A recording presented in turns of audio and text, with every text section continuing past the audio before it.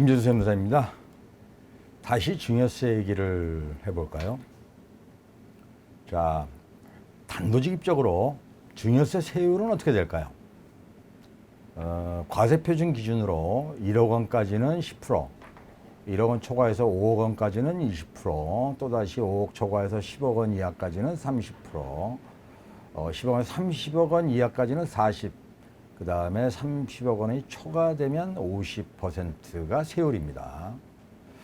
이거를 계산을 어떻게 하는가 이렇게 예시를 들어서 말씀드리면, 만약 증여세 과세 표준이 7억 원이라면 1억 원까지는 10%인 1,000만 원, 그 다음에 1억 원 초과해서 5억 원까지 4억 부분에 대해서는 20%인 8천만 원, 그리고 5억 원 초과 부분인 2억 원에 대해서는 30%인 6천만 원, 그래서 개 1억 5천만 원이 증여세라는 것입니다.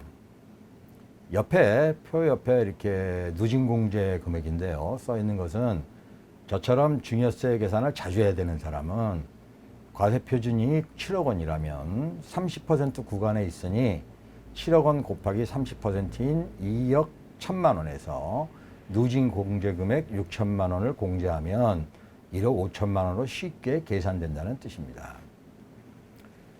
자, 7억 원을 증여하는데 세금이 1억 5천만 원이라면 많은가요? 아니면 증여는 불로소득이니까 그 정도는 내야 된다 이렇게 생각하시나요?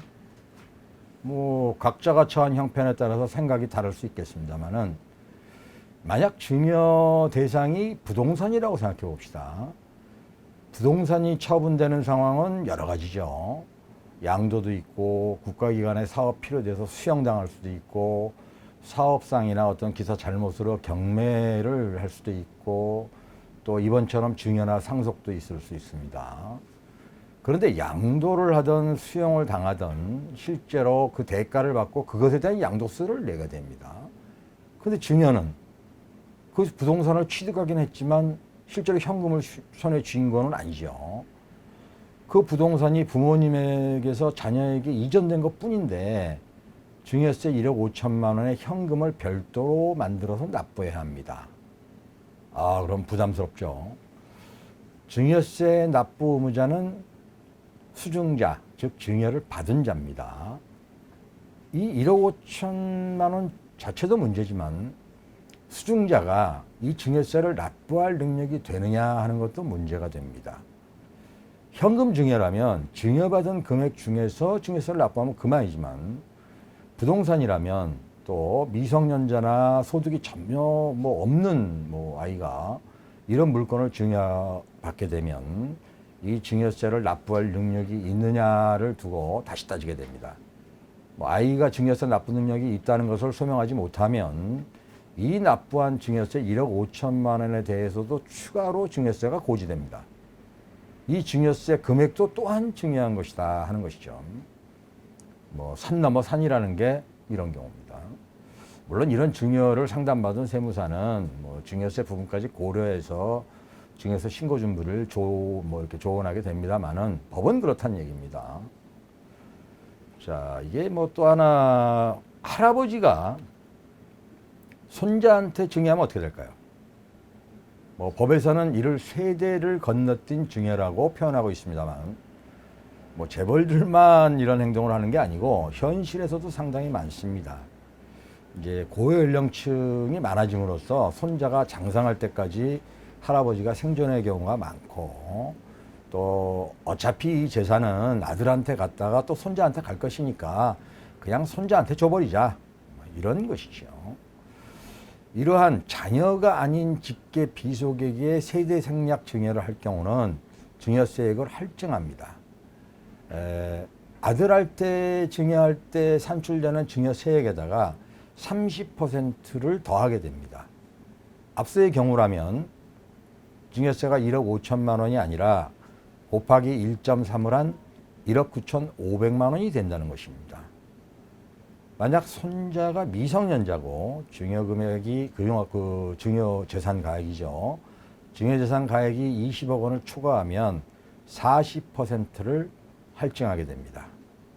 예조항으로 아들이 사망해서 없는 경우 손자에게 이러한 세대 생략 증여를 하면 할증과세가 적용되지 않습니다만은 이는 뭐 드물기도 하고 또 안타까운 상황이니까 뭐 자세한 설명을 하지 않겠습니다. 관점에 따라서 틀리겠습니다만은 증여세가 이렇게 높다 보니까 뭐 얘기가 옆길로 새는 것 같습니다만은 이런 경우도 생깁니다.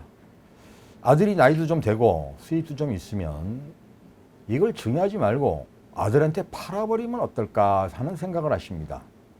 시가보다 좀 싼 값으로 말이죠.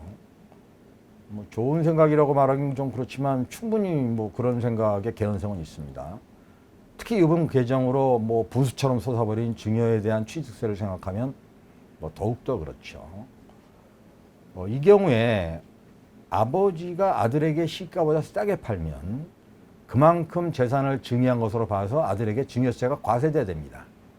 맞습니다. 그게 증여세 과세 대상이 되는 증여가 맞으니까요.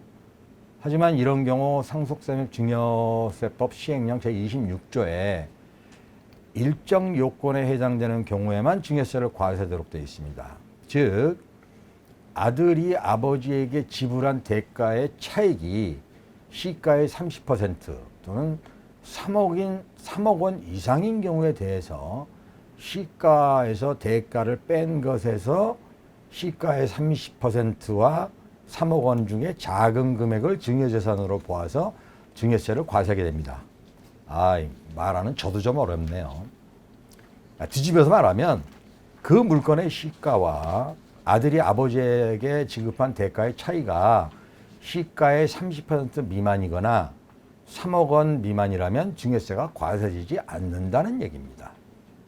예를 들어서 시가 9억 원의 아파트를 아들에게 7억 원에 넘겼다면 차액인 2억 원은 기준금액 3억 원에 미달되죠. 또 시가의 30%인 2억 7천에도 미달되니까 증여세가 과세되지 않는다는 것입니다. 다만 이렇게 아버지가 특수관계인 아들에게 싸게 팔면 뭐 법률 용어로는 저가 양도하면 소득세 부당행위 계산 부인 조항에 의거해서 아버지에게 시가와 받은 대가의 차이에 대해서 양도소득세를 추징하도록 되어 있습니다. 소득세법상의 특수관계자 부당행위 계산 부인의 차액 기준은 증여세, 지금 먼저 말씀드린 증여세하고 달리 시가의 5%니까 조금만 차이 나도 해당됩니다. 근데 잠깐 더 생각해서 앞서의 경우처럼 9억 아파트인데 아버지가 1세대 1주택이어서 양도세가 계산되지 않으면 어떻게 될까요? 뭐 이건 쉬운 문제니까 뭐 잠시 중지 버튼을 누르시고 생각해 보시면 금방 답이 나올 겁니다. 또 양도세가 계산되는 주택이라도 오래 보유해서 장기 보유 특별 공제가 받는 경우라면 양도세가 얼마 계산이 안 되는데 증여세 기준 30%와 3억 원의 카바 된다면 뭐 어느 것이 더 절세가 될까요? 이 질문은 계산기나 엑셀 프로그램이 필요하겠네요. 경우의 수를 계산해 봐야 하니까요. 그렇지만 제 얘기의 기본 흐름을 이해하셨다면 쉽게 손익을 따져보실 수 있을 겁니다. 그러나 이런 직계 존비속 간의 재산을 시가보다 싸게 또는 높게 파는 경우에 취득하는 아들이 그 재산의 매입 대금을 지불할 수 있는 능력, 나아가서 그 자금의 축적되기까지의 수익 능력과 출처가 있어야 되고 대금 지불 사실이 금융 등 객관적 증거에 의해서 입증될 수 있어야 합니다. 예전에 제 선배가 소개해서 저를 찾아온 분 중에 평생 월급 생활에서 열심히 사시다가 퇴직하고 공릉동에 집 하나가 남았는데 생활비가 좀 부족하니까 이 집을 정리하고 집값도 싸고 생활비도 좀 싼 대전으로 가서 살고 그 차액으로 노후 생활을 하려고 아들에게 그 집을 넘긴 분이 있었습니다.